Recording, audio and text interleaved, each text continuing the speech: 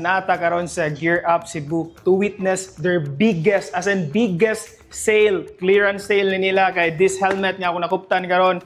You can buy this for 1,700 pesos na lang. And this is brand new ha. Nya kanilang mga Corsa kay tag 2,000 pesos na lang. Almost tanan nakita ninyo nga spider helmets dire is 50% off. Katong plan nila mo palit og mga fiberglass nga shell nga tag 8,000 karon tag 4,000 pesos na lang.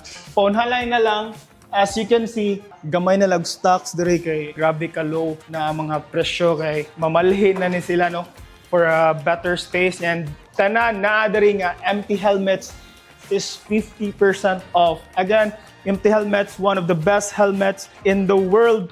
Karon kay 50% off from 6,800. Barato na kayo, mapalit na lang ninyo og 3,400 pesos. Guwapo king nga classic tag 2,000 pesos na lang. Again, 2,000 pesos na lang ha.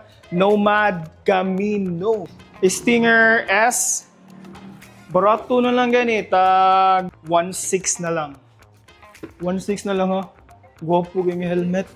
All brand new. Mga nindot tanan. Nya kani mga Street Fighter 50% off na sad. Kaya tanawa. Tag 5,400 nya 50% off. So naa na lang ni siya sa 2,700. Almost tanan gyud nakita ninyo ha is 50% off. So maong sila madam kay namakyaw na ilang ipanghatag sa ilang, I don't know. Asa na niyo ipanghatag, sir? Wala sana all. Ito na mo, daghan kasi lagi pamalit. Grabe ka sulit ha. Bisita na mo sa Gear Up Cebu. Naara ni sa Jerusalem at bang sa Bismin. Hanay na lang niya until July 31 rabi ani niya hantod mahurot. Actually gamay na lang. So are na mo.